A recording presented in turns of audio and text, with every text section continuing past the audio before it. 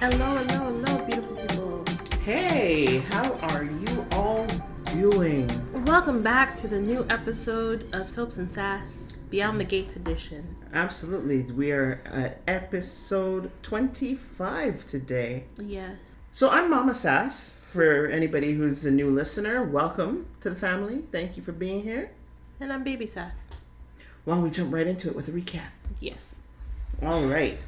Vernon and Bill have a tense showdown this week. Leslie has a bold proposition for Jacob and Kat, and Eva finds strength from an unlikely source. Kat has a romantic surprise for Tomas, and frankly, he had a surprise for her too. But we'll talk about that. Jacob worries Smitty's investigation will hurt his father's reputation, and Bill and Dani share a heart-to-heart. Dani is suspicious of Haley. Nicole confronts Andre, and Martin sets a plan in motion to absolve his past. Eva tackles her first day working for Ted. Ashley and Andre discuss their options, and Anita receives surprising news from her family. Leslie attempts to make amends with her daughter. Date night proves challenging for Chelsea and Madison, and Joey's offer amuses Bill. That is a high-level recap of the week. Do we want to start with our categories, or do we want to just jump into some of these topics? I feel categories, and we'll go from there, because I feel the topics will drag them. All right, let's start with comedy moment of the week. Tomas running out of there like a bat out of hell, man. Okay, so let's start with... Context. Yes. So, Kat wanted to give Tomas a very special night, so they were at the club, and she curated this very special menu with the chef for Tomas. And mainly she did this because, you know, they hadn't been together much, and since Bill had his stroke, Tomas has been crazy busy, so she wants to do something nice for her man, which is understandable. Indeed. Little things and tiffs happen between her and Eva, but all that aside, Kat tells Tomas she's finally ready to take the next step and have him be her first. Her first. Right, because, yeah, she's a virgin. Right. And so they get back to her place, and they make it out, and Tomas basically gets cold feet and tells Kat, he's like, are you sure you want to do this? I want to make sure this is special for you. I don't want to pressure you into anything. And Kat's like, I'm sure. And, you know, if you kind of stopped freaking out and, you know, overthinking this, the clothes would be off, the heat would be heating, and, you know, things would be happening. And Tomas just cannot move past whatever is blocking his mind. I'm thinking Eva, but... I'd be inclined to agree. But he just cannot, you know... hunker down and get on with it. So he just tells Kat, I'm sorry, and basically runs out of her place. Like he couldn't get out there fast enough. And then later runs into Eva at Uptown, and it was just like... And he couldn't get out of there fast enough when he ran into her either. No. So that was kind of interesting. But from that scene, I almost want to give Tomas villain of the week for trying to put it off on Kat, the fact that he was not ready to participate. And he didn't want to pressure her in anything? Yeah, like I don't think that was truthful. I don't either. Sorry. Well, yes and no. I think it's truthful, but I don't think that's what was going on. No, because, like, honestly, I can understand him not wanting to pressure her, which is then where you kind of ask the questions, like, is this okay? Did you like this? Did you not? Like, you take it slow and you ask questions. But she was very clear. She was clear she was on board. She was very clear in the past when she was not on board. She was. So, again, the man getting cold feet is just like, you weren't ready? Like... Yeah, right. And it's not that I don't think it was the right decision, because I absolutely think it was. I personally completely felt like she was just doing this because they had run into Eva at the club, and because she had been hiding under the bed and heard Eva kind of I kind of think so her too. Feelings in a manner of speaking. I think so too, in a way, but also because there was a point where they were making out, and he started unbuttoning her shirt, and she completely backed up and shut him down. Exactly. So I'm like, that's what I'm saying. So she was very clear when she didn't want, and now she's very clear that she does want. Right. So, well, that's why I'm like, I don't.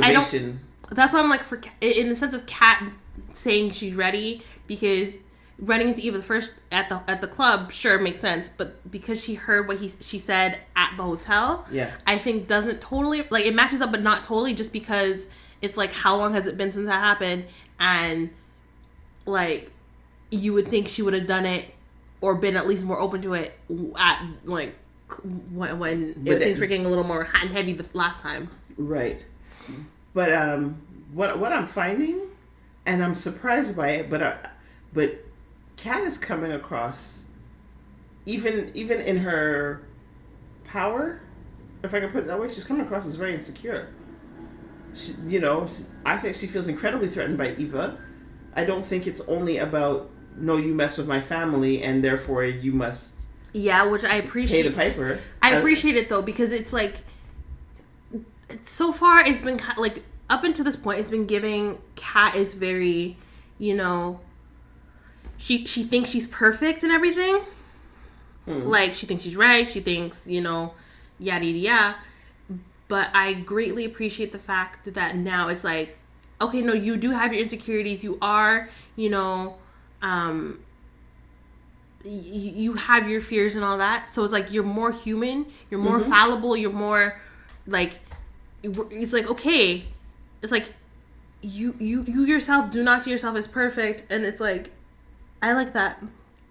It's like, she feels threatened, and I appreciate that, because it's like, yes, you're not all that. Well, she's not all that. She's not a gorgeous young woman. And by the way, let me divert just half a second, because I scrolled too far in my thing and I lost sight of this in my notes. But can we just take a quick moment, or because I'm not sure how you feel about it, take a quick moment to congratulate the actress that plays Kat, Colby Muhammad. She got married this past weekend. So congratulations to her. I wish her and her husband, Keith Nixon Jr., a lifetime of abundant happiness and joy and blessings. I wish that too, but I kind of just don't care, because it's like... Well, I know she'll never hear it, but... No, that's not what I mean. That's not what I mean. It's like, okay, she got married. Good for her. Not as invested in her life yet. No. Okay, so back up. So, congratulations, Colby Muhammad. So, anything more to say about Kat in that perspective? No, she will come back in later categories, though. All right. Did I have a comedy moment for the week? I'm not really sure that I did. We'll just move on. Okay. All right. Oh, you know what? A comedy moment, Dani and Haley's confrontation. At her house? Yes. Okay. Yes, Bill had gone to Dani's to have this heart-to-heart that they were talking about. And apologized. Basically, he apologized for all the dirt he did her. Having come to face with his mortality, he realized just how out of place he was and how he could have done better. Which is fine in and of itself. No issue there. Haley happened to see Bill's car in the driveway. I don't know where she was going that should drive by Dani's house, but whatever. We'll leave that aside as well. So after Bill leaves, because, why confront your husband at the place at the time, she shows up to have words with Dani. And in the course of the conversation, Haley experiences abdominal pains. And the eye roll that Dani came with. Holy moly. It's like, and here we go with the fake abdominal pains. I mean, really and truly. I'm of two minds. Are so melodramatic. I am of two minds for that moment. In one half of my mind, I'm like, I'm with Dani. It's like, oh, here we go. But in the other half of my mind, it's like, and I think Dani clued in on this too, which is why she got Haley to the hospital, but if she isn't faking it like you believe she is, it's like, why are you just standing there, like, just, not even gloating, but just like, just being sarcastic and not helping her? Because it's like, she could be in actual pain, in actual trouble, and... Could be. And it's like, you as a mother... It's like, if you, putting aside the possible fake pregnancy, which we'll also get to later, it's like, if you were pregnant, it's like, or the roles were reversed, but you are a mother, so it's like, the fear you would feel. Absolutely. So the fact that she kind of just stood there and didn't help Haley be like, oh my God, and like, it's just like... Yeah, I mean, I'm not entirely sure that the motivation was, what if it's not real? I think it was a little bit of nobody's going to blame me if she loses the baby. But secondly, hey, here's an opportunity to prove that she is in fact faking by getting her to the hospital. Right, which is why I say I'm of two minds. Because, like, you as a mother would be like, shoot, because that's a pain that no parent should ever feel. But again, it's like I don't think Dani was wavering at all in her belief that it's fake. I don't either, because that was very clear on her face, and then when she talked to Ashley after. So, indeed.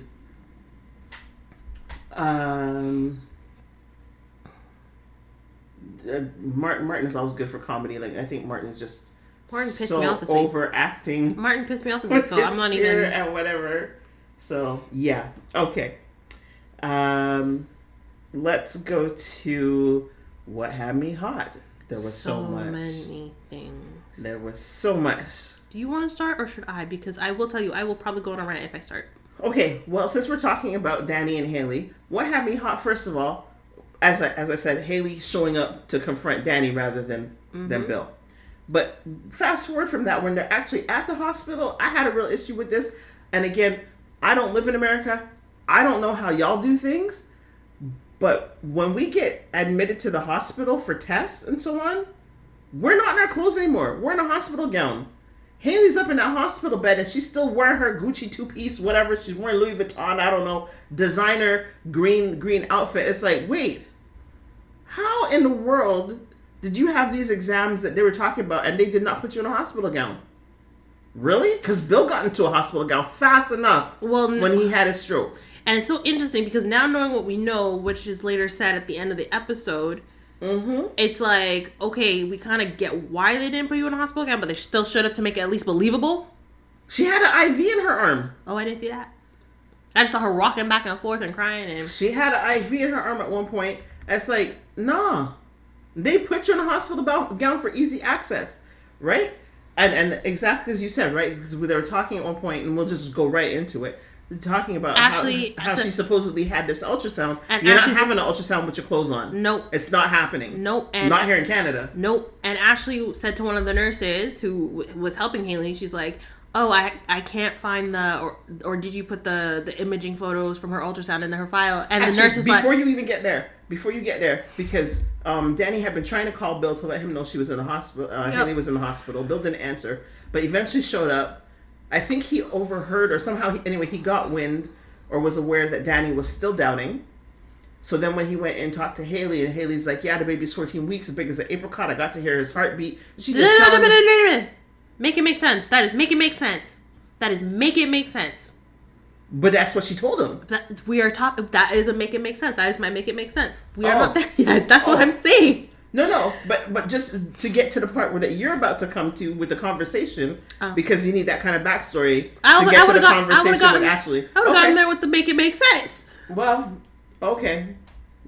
So go on. So now Ashley's having a conversation with the other nurse. Ashley's having a conversation with the other nurse, and as I said, asked about the imaging and the photos and why they're not in the file.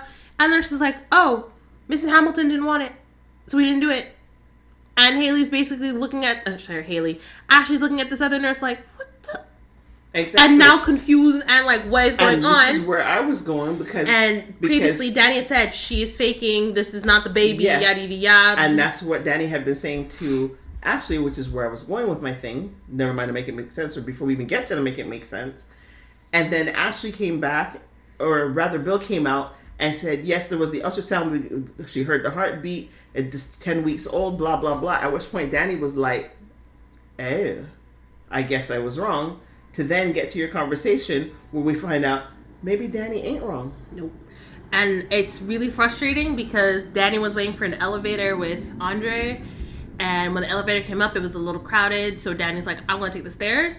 And I'm like, oh, Dani, if you had waited and just said, I'll catch the next one. It's like, oh, Dani, if you had just stayed like 10 to 20 more seconds, you would have heard that conversation.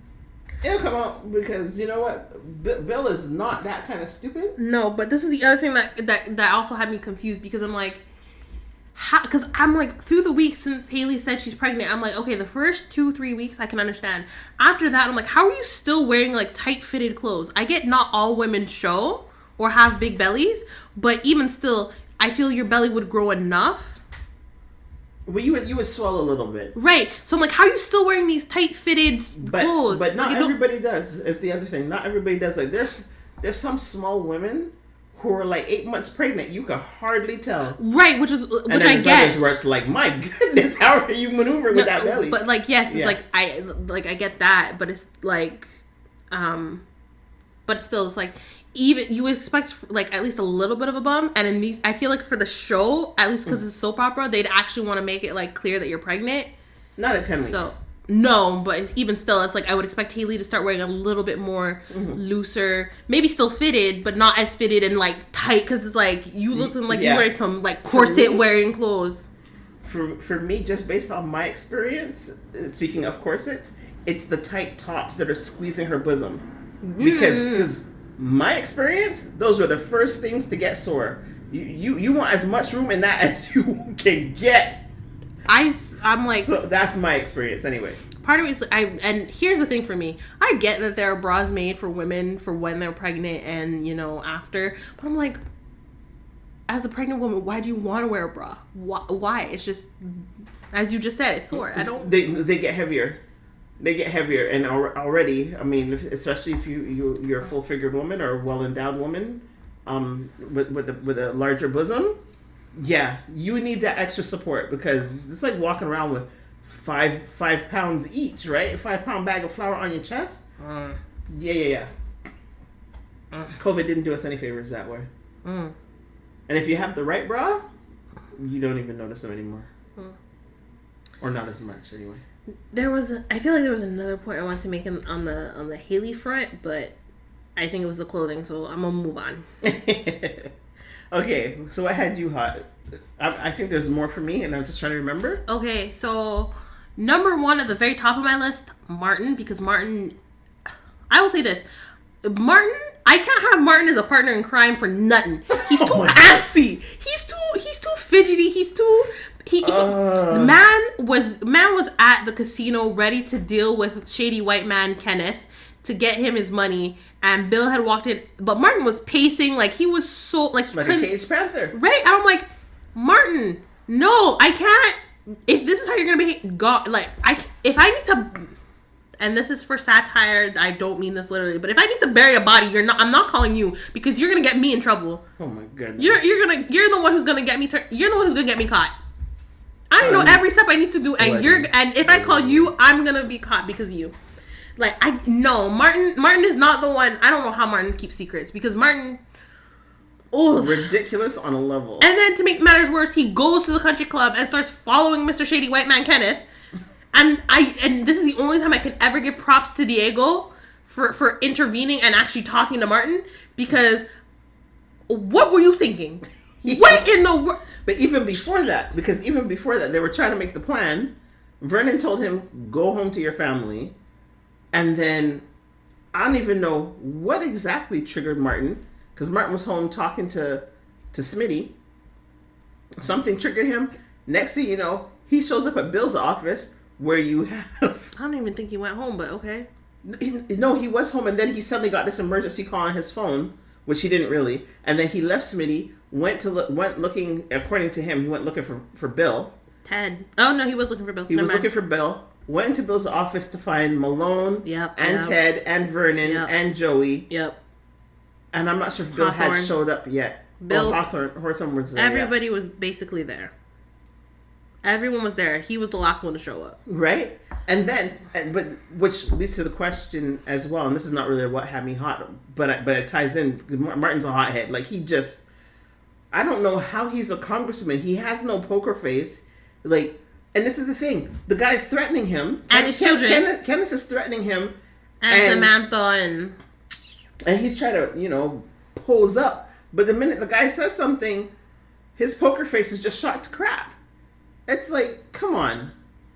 Try to make it look like you have nothing to lose. Can you code switch, Martin? Code switch. Just code switch. Because then I can believe you in this acting. Because I can't.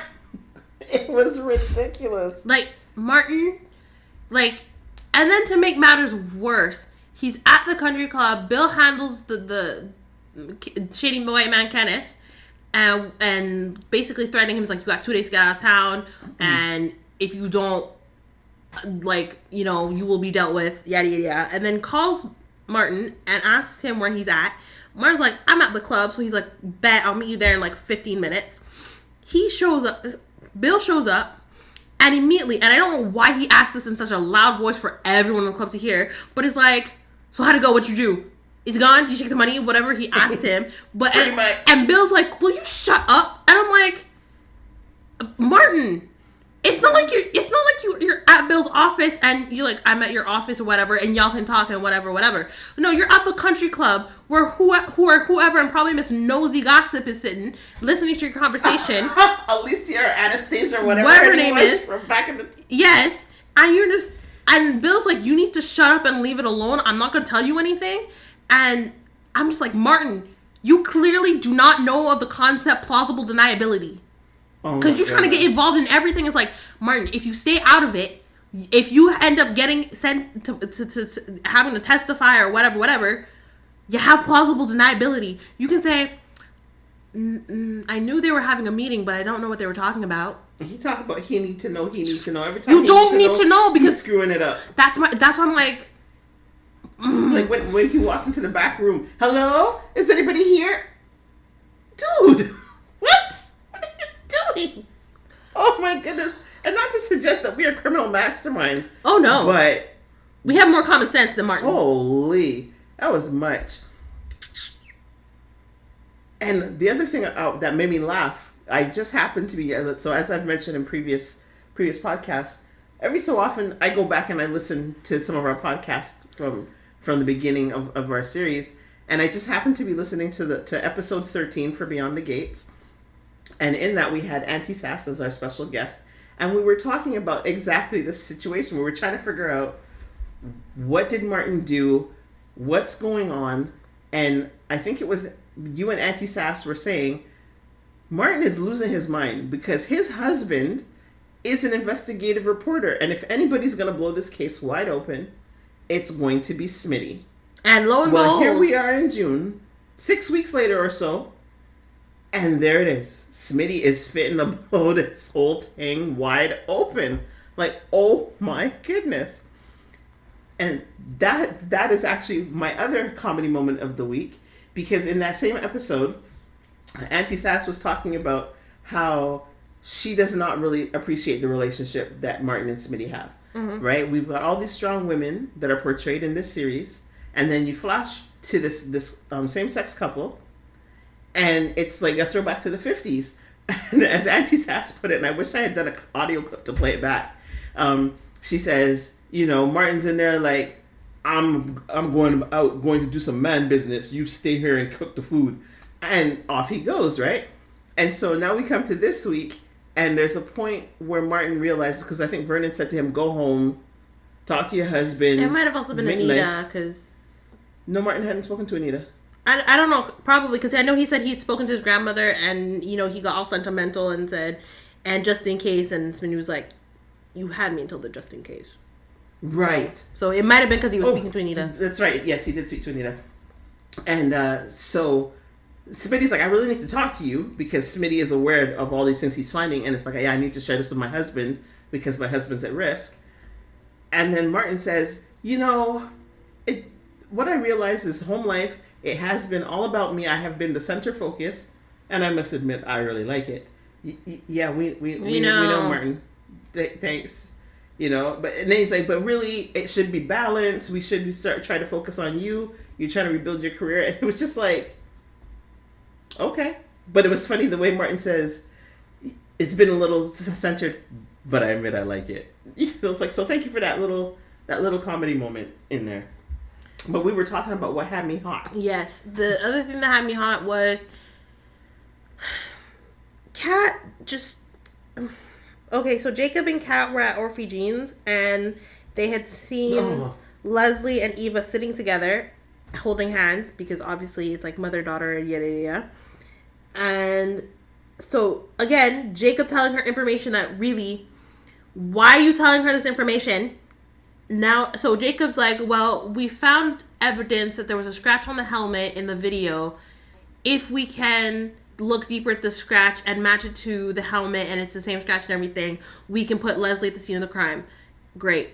But then Kat kind of turns and looks over at Leslie and Eva, and Leslie looks over at Kat, and Kat basically says, like, you're done for, or whatever, to the extent. You're cooked. You're cooked. And Leslie looks over at Eva and is like, now what's that supposed to mean? But it's like, why are you antagonizing this woman? Why are you making her even more, like, on edge and questioning, like, what do you have on me? And he's like... Kat is not a graceful winner at all. Just shut up, let Jacob do his job, and let justice come to fruition. And what I loved, too, is there was a point this week where...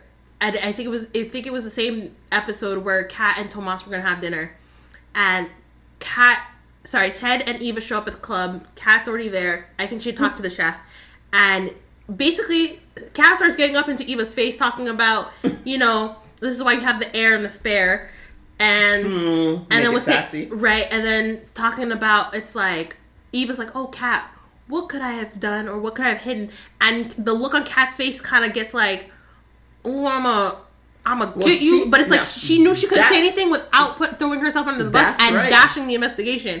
That and scene it's just was like, my make it sassy. I'm like, Kat, herself. Thank you. That's what I was looking for. So I'm like, Kat, you need to shut up. You need to just left it alone. Because honestly, you've messed with evidence. You planted evidence. Like, you are doing a whole lot of set of foolishness that if any of this got found out, that case is getting thrown out. And if you do manage to convict Leslie, if this information were to come out later, that sentence or that conviction is likely to get overturned. Yes. And wasn't it this week that Kat and Jacob were meeting at Orphe Jean's again? Not this dinner meeting, but earlier. And Leslie was already there and went over to the table. Yes. She suggested that she has Bill Hamilton as her lawyer? Or did I misunderstand No, that's what she suggested. Because it's like, oh, you know, he was in the hospital, yada, yada, yada, stroke, whatever. No, he basically suggested that he talked to Bill or hired Bill. But also the thing that killed me was the fact that she suggested they work together. And I was like, what makes you... I can't even. But that scene that you were talking about where with Eva and Kat, and Eva basically calling Kat out. It's like, okay, you think I was hiding something? What is it? Come with your proof. That was a total make it sassy moment for me. Agreed. Because it was the verbal sass, it was the physical sass, like, right? And it's also like, what you gonna say? Right? It's also like, I'm putting you in your place now because you know you can't say anything. I know you took you took the stuff and planted it. So I know what you did. And technically, I could say something, but I think she also feels her mother deserves to be put in jail. Well, I don't... Sure, but why would Eva say anything? Because Eva's not going to go and incriminate herself for having hidden the evidence. Agreed. Eva's not that stupid. No. But even still, it's like... What you want to say, Kat? What? For real. Right, I didn't think so. For real. Other comment... there was one more thing that had me hot. So, oh my goodness. So Chelsea and Madison have a date at Uptown, sitting and talking, and you know, it's really sweet.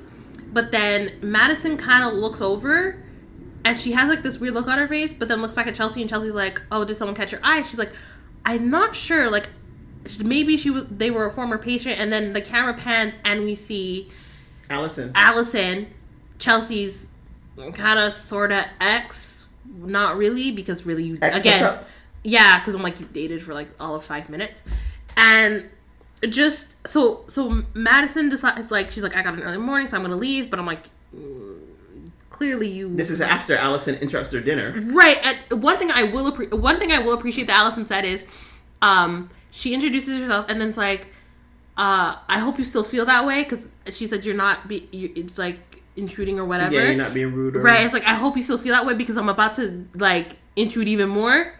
So I was like, okay, at least you know, and you're calling it out bullface rather than just like saying hi and walking away. But essentially, she's like, Allison wants to talk to Chelsea.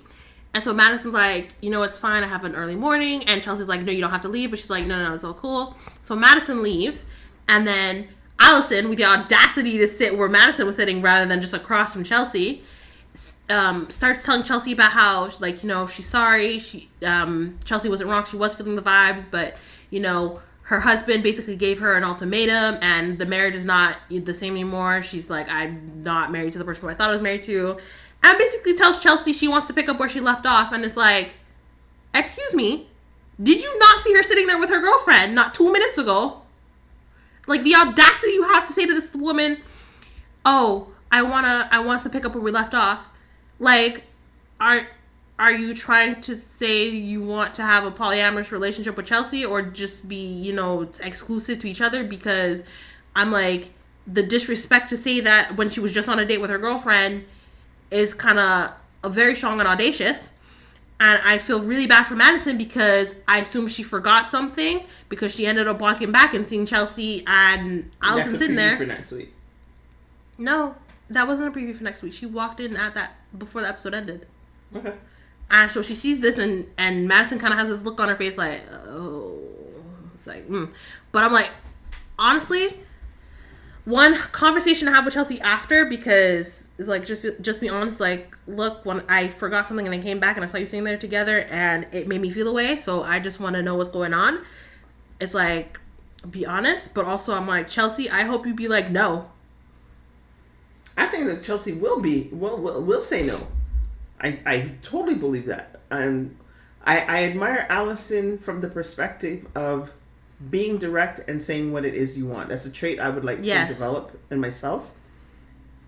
What she was being direct and like, no, madam. For you interrupted the date to tell her this? Right? Come on. And also for me, it's not like you don't have her number. No, and also if you see the girls on a date, she clearly moved on. But she did ask questions, right? She did. Years and Chelsea was like, mind your business. Right. Boundaries. Right. But also that's also an audacious question to ask. Right. But even still, it's like, you're sitting there, you see her, you see she's on a date, but you're still thinking, I want to get back with her, I'm not going to interrupt her date to ask her that. Nah. If you see that, you should be like, she's clearly moved on, and mind your business. Yeah. So, I don't know. That was something. That was something. The other thing that had me hot this week, Nicole's response to Dani and Andre. Completely out of control, and I appreciated Anita coming back and saying, "Listen, this is what we were all wanting for Dani. We wanted Dani to move on. Mm-hmm. Andre is not family, and they're grown adults. Not family to Dani." Family to you, and not even family by blood. What is your beef? Go and take it out with the person you have beef with. I thought that was spot on. Right. I appreciated Ted for taking Nicole to task, because Ted went over there on Eva's advice to tell him about. Eva doesn't know about Martin, but basically she said, you need to go tell your wife the truth, because keeping the secrets is going to make it worse. Right, and I think Eva gives great advice so far. Mm-hmm. And so she was absolutely right that Ted needed to bring Nicole into the loop, which he went over there to do. But now Nicole has just found out about Dani and Andre and thinks that's what Ted is there to tell her, and laces into him, and he gave back as good as he got. And he was like, you so busy pushing people away? You know what our relationship was. Mm-hmm. Keep it up. You pushed me away, I let you, but I'm done. But I'm here when you want to come down off of your high horse and pedestal. Yeah, I appreciate that. He's like, it's like you have the war to show that you can read people, you know people, and you psychoanalyze people. But it's like she's like, I hold my family to a higher standard. It's like, we are human, we are fallible. Like we are not perfect, and you have to stop treating us like we are. Absolutely. And I appreciate that, and I also appreciate Dani basically calling Nicole out on the exact same thing when they're at Uptown talking. But it was just really funny because Dani's like, you don't have to apologize out loud. I know you're sorry. Nicole was like, you must be mad. I'm not going to apologize to you. I said, oh, here we go. Okay. There was another thing that I appreciate the writers doing is that when Ted went over to talk to Nicole and tell her about Martin's situation, I appreciate that there was like that little miscommunication, but he didn't say what he was there for, because at least in the sense of he she said, "Oh my god." Like, because she yeah, what else are you gonna drop on me, or I already know? Or... Yeah, it's like, I already know. He's like, how'd you find out? It's like, oh, because Dani told me about her and Andre. And then he's like, so rather than being like, oh, I don't know how you found out about Martin, or saying something about Martin, and she's like, what are you talking about? And he's like, what are you talking about? I was talking about Dani and Andre, but now you're talking about Martin, so what's that about? Like, I'm so glad that didn't happen, because I'm like, I hate those moments. But you know what? That never happens in a soap opera. It almost never happens, because they got to play on that miscommunication, right? And so now Nicole's going to go forward thinking that's what Ted was going to say, which will now lead to another conflict later down the road when she does find out about Martin. Yes, exactly. And we see that all the time in soaps, where somebody goes to tell you something. You know, it's one of two things. You're talking your business in public and somebody overhears, or you go to confront somebody about something and they assume they know, and they don't give you a chance to say. And then Ted was like, you know what? I am so sick of you and your mess. I'm not even going to tell you what I came over here for. And went on his way. So yeah, that's gonna be some interesting fallout later on, really and truly, if it comes up again. You know what? I was amused, because in listening back to the podcast from February, I genuinely thought this storyline was going to get dropped with Martin and whatever he was dreaming about. So I'm glad to see that even though it took long to get there, I'm glad to see that they did follow it up and bring it out. But anyway, that's a lot of ideas in one thing. Villain of the week. Nicole, just for being like, again, like I never thought I would put Nicole in Villain of the Week. But yeah, just for her, pushing her own pain and projecting onto Dani and all of that, and just not, like, I guess she's hurting, but just kind of making everything about her, even though it's not. And again, as Ted said, high pedestal, thinking her family is perfect, and it's like, no, it's not. And Haley for lying, because I think she's not pregnant, and I don't know what her, because also, like, I kind of sort of get like, when she made that PowerPoint for Bill to motivate him, but it's like, if you actually want kids, why are you lying about it? Why are you faking it? Like, I don't understand. So yeah, I think that's it. I don't think I have any. And Shady White Man. But that's just Shady White Man. I agree with you, Villain of the Week for Nicole. Absolutely. I mean, Kat continues to be a villain in my eyes, so there's not really much to say about that. Do I have any? Vernon is kind of creeping to the villain side for me. I know why, but that's why. Yeah, like, I don't know why he's keeping Anita out of the loop, because Anita has been aware all the while. So I think the reason he's keeping her out of the loop is because he wants her to focus on the articulates. I don't think he wants her to have to worry about this. And I think that's a mistake. I mean, yes, she needs to focus on the articulates. I agree with that, but I think it's a mistake not to tell her. But yeah. I'm quickly going to jump to what did you do that for? Yes. Just Shady White Man Kenneth counting the money that he got from Bill in the casino. What in the world was that? It's like, okay, you got your money, you're happy to get your money, leave, go home, go to your apartment, go wherever you're staying and count your money there. Why? But you don't think this is a place of business? People might be coming in. Like, it was so ridiculous. Like, and I know Joey said the casino is closed and they'll only see what he wants to see. But again, why are you sitting in the back room counting a bunch of money in a casino? Like imagine some random some employee or some random person walks in, i.e. Randy, doesn't know who this is, but sees a man counting a bunch of cash and a bag. My first guess is, why are you robbing me? That's what I'm thinking. Makes sense. You're absolutely right. So it's like a make it make sense. Who called for that? I totally agree with you there. So ridiculous. The who called for that? I don't think I have one, but I will continue on to make it make sense. Beginning of the week, Bill is strutting around with his cane. Oh yes, and then he has no cane. I mean, he left Dani's. He was on the cane. And then later he went to the office. He was on the cane. The next day. By Wednesday, he had no cane. It's like, what happened? I guess he was strong enough. He didn't need a cane. I guess so. He has an image to present, because now big bad Bill in full effect, that when, the Bill that threatened Leslie 20 years ago, we are actually getting to see him. Okay. Yes. My make it make sense is the math ain't mathin' in terms of Haley's, and I use air quotes in this, pregnancy, because when Bill walked into Haley's room talking about, oh, are you okay? Like, how's the baby? And she's like, oh, I'm fine. These are happy tears. The baby is 14 weeks, the size of an apricot. I looked it up. The only time the baby's the size of the size of an apricot is about 14 weeks, or 18 weeks. Wait, what? What did I say? I don't know what you said. I don't remember. You were on this whole rant. I'm like, listen, I know our first ultrasound is 18 weeks here in Wait, Canada. no. Right, sorry. I'm wrong. Let me rephrase that. I was asking, she's like, sorry, the baby's the size of an apricot. And she's like, you can hear the heartbeat and everything. I asked you and I was like, you can hear the heartbeat so early at 14 weeks? Because I'm pretty sure, like, there's a whole, like, especially, like, Roe v. Wade and all that stuff, they're like, once you hear the heartbeat, then it's considered life and all that, or whatever. And I'm like, I don't think you can hear the heartbeat at whatever it is. So I asked Mom, and she's like, well, as far as I'm aware, it's like 18 weeks and after, or up to that. Well, I mean, obviously at 18 weeks of having the ultrasound, the heart had to be beating before that. It doesn't kind of start beating, right?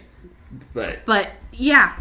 And then, so I looked it up, and I was like, okay, how many weeks is a baby when it's the size of an apricot? And they're like, approximately 14 weeks. And I was like, okay, so that doesn't math if Mom's saying like 18-ish weeks, you can hear the heartbeat. So I'm like, math ain't mathin'. And then Bill comes out to talk to him. I'm not saying that heart isn't beating before that. No, that's why I say 18-ish. That's when they schedule our first ultrasound here, or at least in the province that we live in. Right. That's why I say 18-ish, because, again, it varies. But I was like, okay, so Mom's saying 18 weeks-ish for a heartbeat. Google is telling me 14 weeks for the size of an apricot. And then Bill walks out, talks to Dani, says, oh, the baby's about 10 weeks along, the size of an apricot. And I'm like, hold up. How is the baby 10 weeks, but the size of an apricot, and you're hearing a heartbeat? Math ain't mathin'. That made no sense. And nobody, like, what? So I'm like, somebody's off on their math, and then to come find out about what actually was discovered about there's no ultrasound imaging and all of that, it's like, Okay, so here's the breakdown, because I have my computer open. A fetal heartbeat can be detected as early as 6 weeks of pregnancy via ultrasound, and a handheld Doppler may detect it around 12 weeks. A stethoscope is typically needed around 18 to 20 weeks to hear the heartbeat.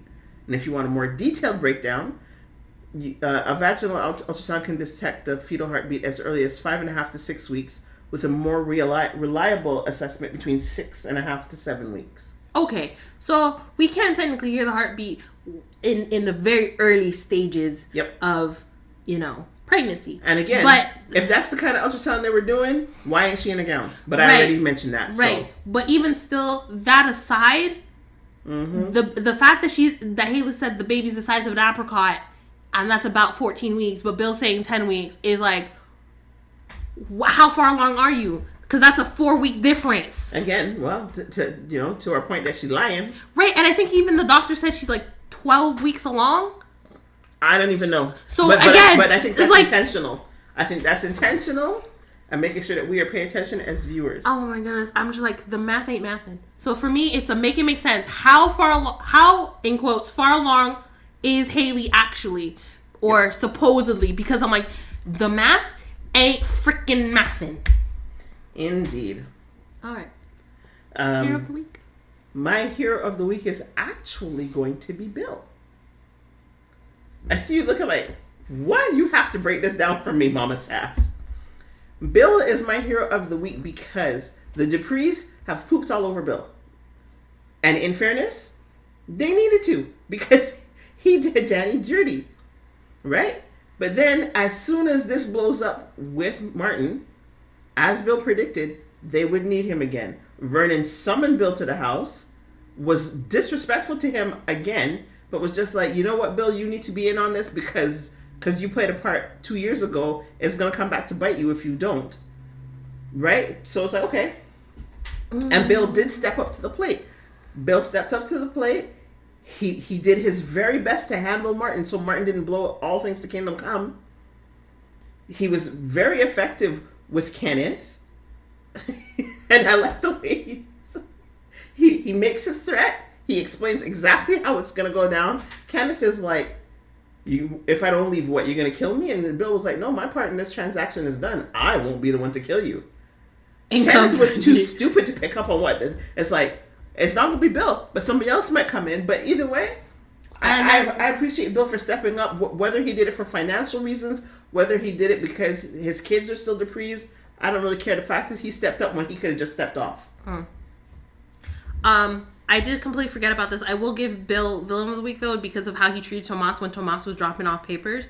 I do agree Tomas could have knocked on the door, but if Tomas says, like, you said if your door's open to just come on in, well, so it's like, and I get Bill was in a very angry moment at that point, but, dude, that was a little uncalled for. Yep. But again, going back to my hero of the week, then again, characters can be both heroes and villains. I'm giving hero to Nicole because of that talk she had with Eva when Eva was doubting herself for working with Ted. And that was good. Yeah. So I'm giving Nicole that because she did give Eva great advice, and she's like, because Eva's like, I don't think I'm the last person you want to see and everything, and Nicole's just like, Eva, what is it? And just. And she's like, and Eva had asked her, it's like, did I really do a good job? Tell me the truth, like, and, be honest, like, did I really do a good job even when I was your assistant? And she's like, no, you didn't. You were beyond that. And just, just giving her that advice.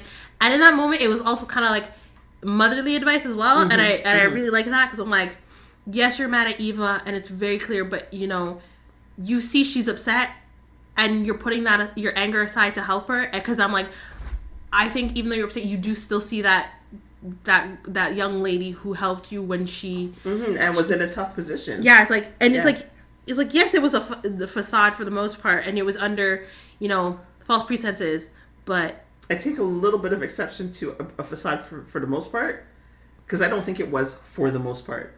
I think the facade was minimal. I think Eva was absolutely her authentic self once she got in there and saw exactly who they were, and she saw who they were very quickly.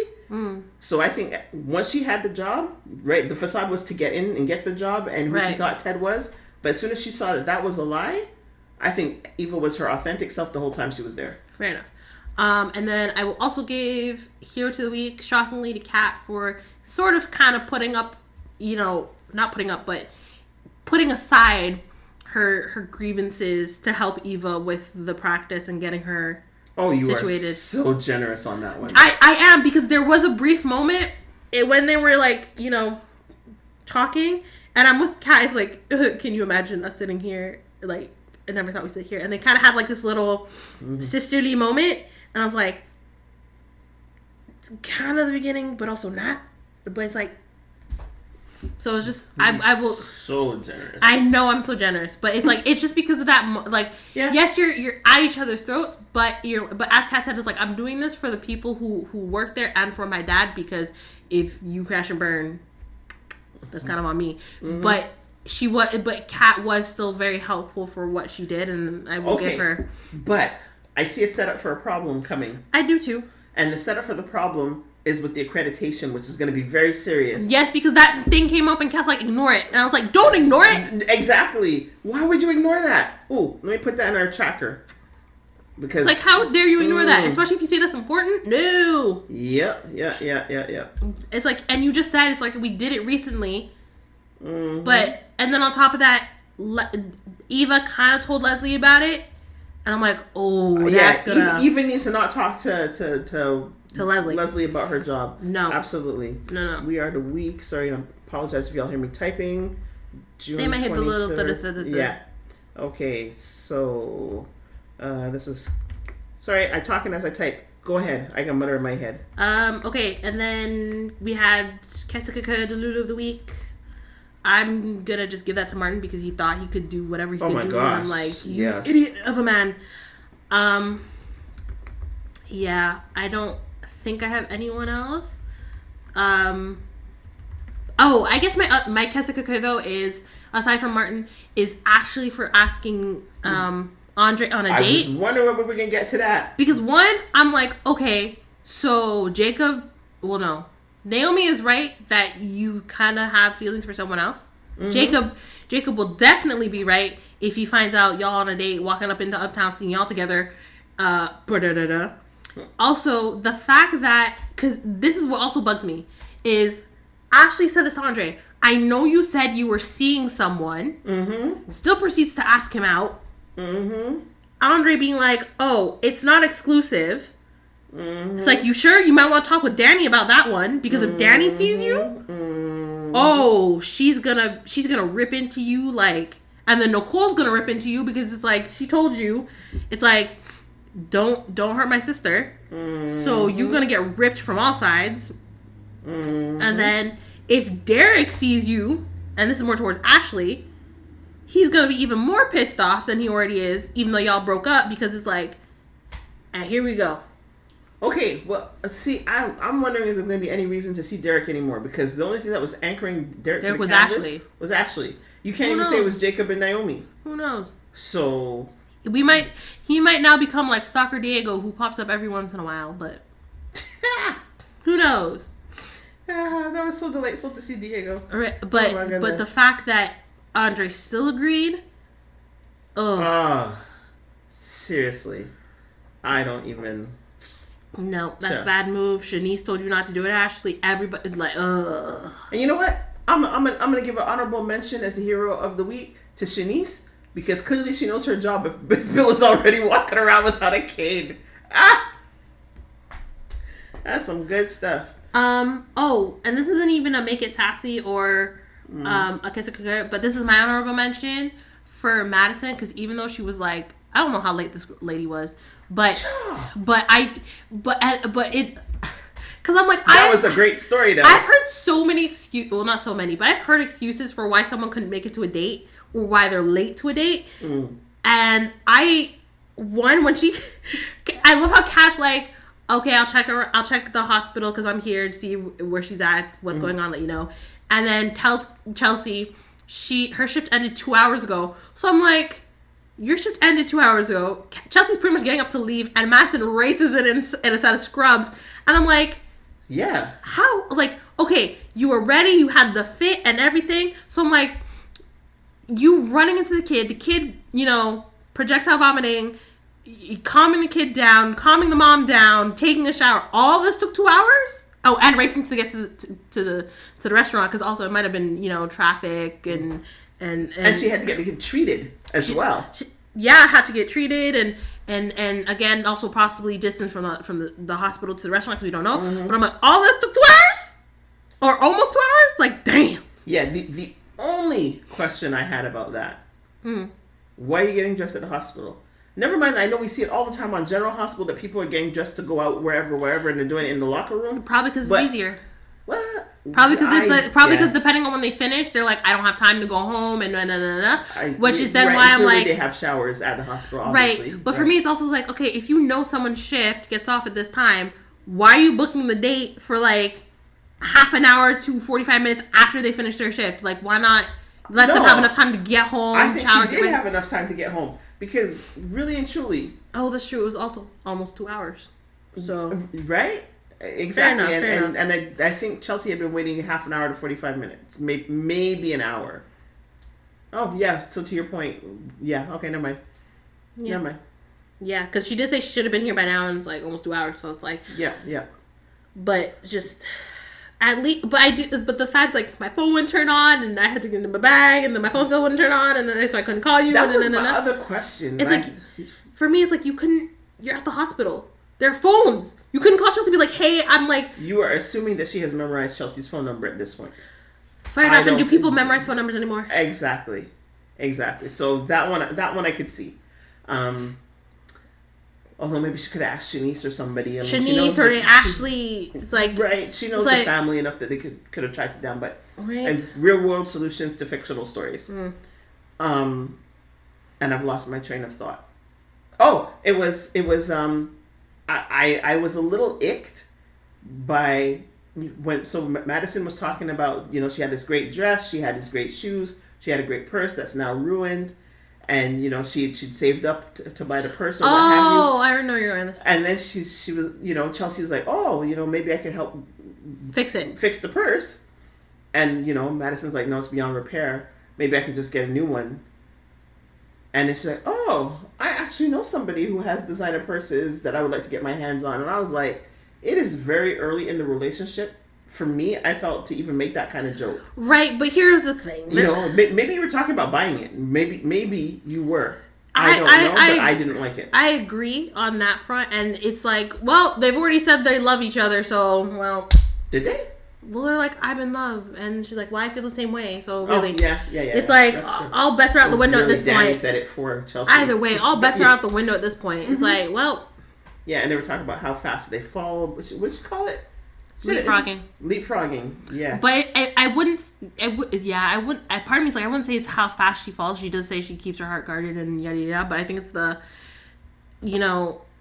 meet someone, sleeps with them, but then it's like the relationship, like didn't get to know each other, but then. But this is it. Next relationship.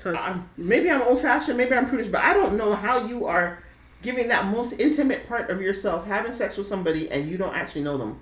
Do you know their middle name? Do you know their last name? No. Do you know their family? You know what their mama's name is? You know what their father... I mean, yes, she does. But I'm just saying, these are things like, do you know the mother's phone number? Or their best friends? I don't get it. I don't. This whole business of, by the third date, you're sleeping together. Really? Really? Because each of those first dates were like 6 months long or whatever? What are you talking about? Oh, no. And you know me, I'm kind of starting to think about getting into that dating world, and I feel sorry for any guy out there that I might have a third date with and think that he thinks that, oh, jackpot. No, sir, you're gonna go home very disappointed and very sore. Oh, it's like but yeah, because honestly, I think you and I've read the book, Steve Harvey's book.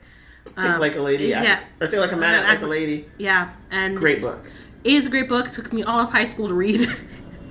But yeah, Steve Harvey says in his book, it's like a relationship is like, test driving a car. It's like you get the car, you test drive it. Or sorry. It's like a job. Probation. On your job. You got 90 days probation. Yeah, 90 days probation. And so you don't give out the cookie for them 90 days. They got to earn it. I think that's too soon still, but that's me. Not really. At least in my opinion. No, it's not really me? No. In the sense of, I don't think that's too soon, because really, it's like, because I think within that 90-day period, you, as people, you can tell whether or not, it's like fairly quickly, whether you're like, this person is someone I want to be with or not. And I think after that point, because I would say it's probably in the first few weeks. So let's say the first month.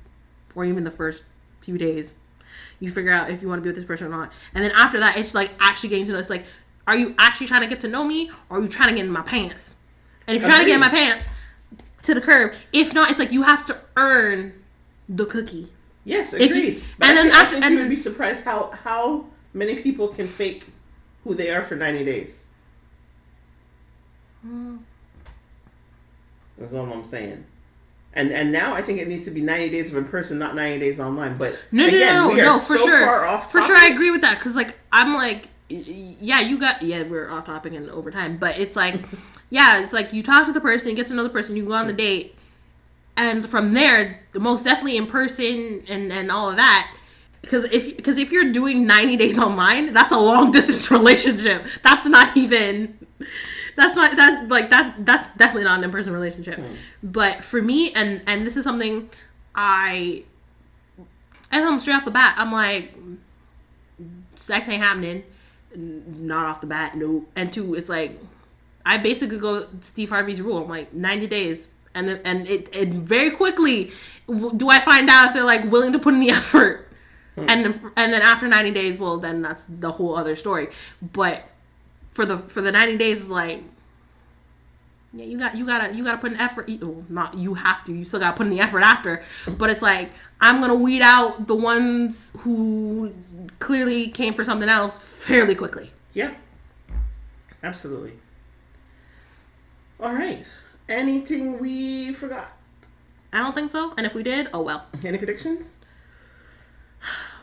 Shady white man may or may not be dead. Martin's gonna screw this up because man is too antsy. Andy. And we'll just see how it goes with the rest of them. Yes. Oh, the one thing we didn't talk about that we mentioned at the top of the hour that we were going to talk about very briefly was about Joey's offer amusing Bill, and you weren't sure what that was. Yeah. And that was basically Joey offered Bill a job. Oh, then it's like, do you want to come work for me? And Bill was like, hell no. And that tickled me, so I could put that in my comedy moment. That's the short version of that. All right. Okay. So with that, wish you all a great week. Yep. Happy Independence Day to our friends, both in Canada and the U.S., because those Independence Days are coming up this week. So party responsibly, have a great time, enjoy friends and family, and we will see you back here, or hear you back here next week for a little more soaps. And a hell of a lot more fat. Take care, y'all. Bye. Bye.